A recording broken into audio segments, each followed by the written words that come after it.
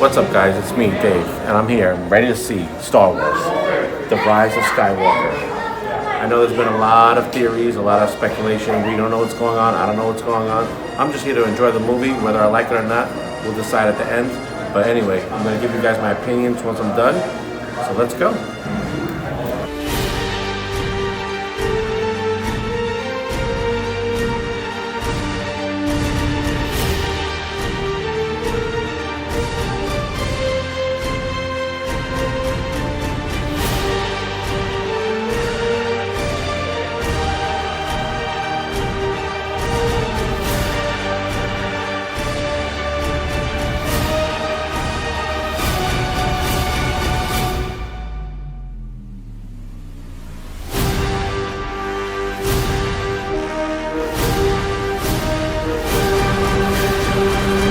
Star Wars, Episode 9, The Rise of Skywalker.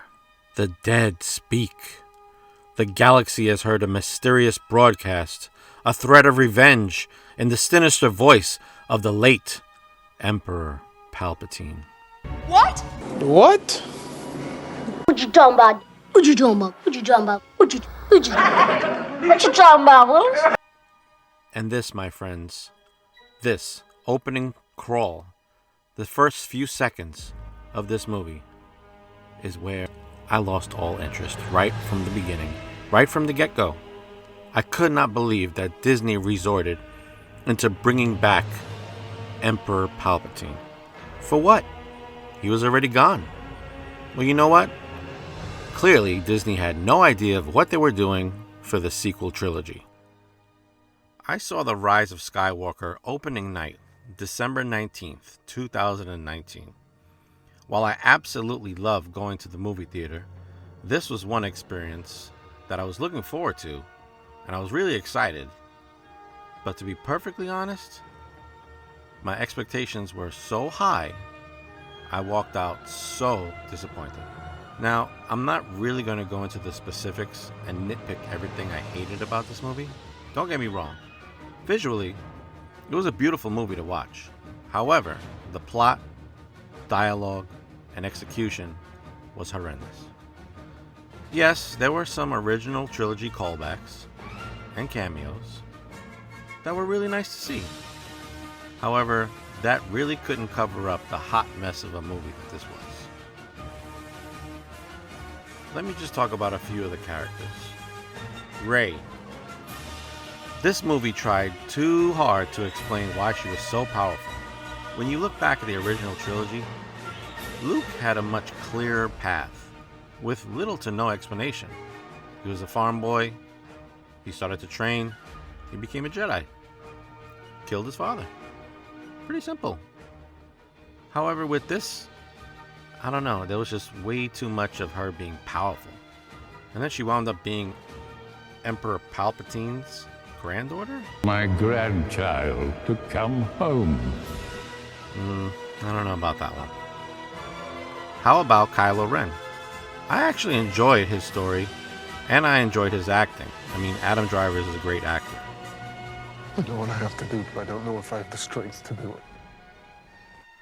But you know what? He did the best he could with the script he had to work with, and I think he actually hit it out of the park. He was probably my favorite part of this movie. Now let's take a look at Finn. Once again, very underused. Used primarily for his comic relief. And apparently, he uses the Force, and he's Force sensitive. But they don't really flat out tell you that or say that. You have to assume based on the dialogue. Pretty lame. Let's talk about Poe. Poe Dameron. Yes, he flew an X-Wing. He found an old girlfriend that helped him get some sort of key. He was pretty useless in the movie, to tell you the truth. Very lackluster. I knew it! Now, as far as the chemistry within the characters, there was a few scenes that Poe, Rey, and Finn actually were together on screen. And for some reason, their chemistry and their acting and their camaraderie really didn't work for me. It looked like they were just getting their paycheck and they wanted it to be over with. Look what you have made. Palpatine. So Palpatine came back, and he was added because they never actually had a plan for this movie. J.J. Abrams had to just make a Hail Mary and include him so they can reveal Rey was his granddaughter. Pathetic. When George Lucas sold Lucasfilm in 2012 to Disney, he received $2.2 billion in cash and $1.855 billion in stock. He also lost the ability to add his ideas to future Star Wars projects. This movie, and the entire 3 movies that Disney was in charge of, the sequel trilogy, these new movies that Disney has made, has not resembled anything that George Lucas originally intended. I'm an original trilogy and even prequel lover.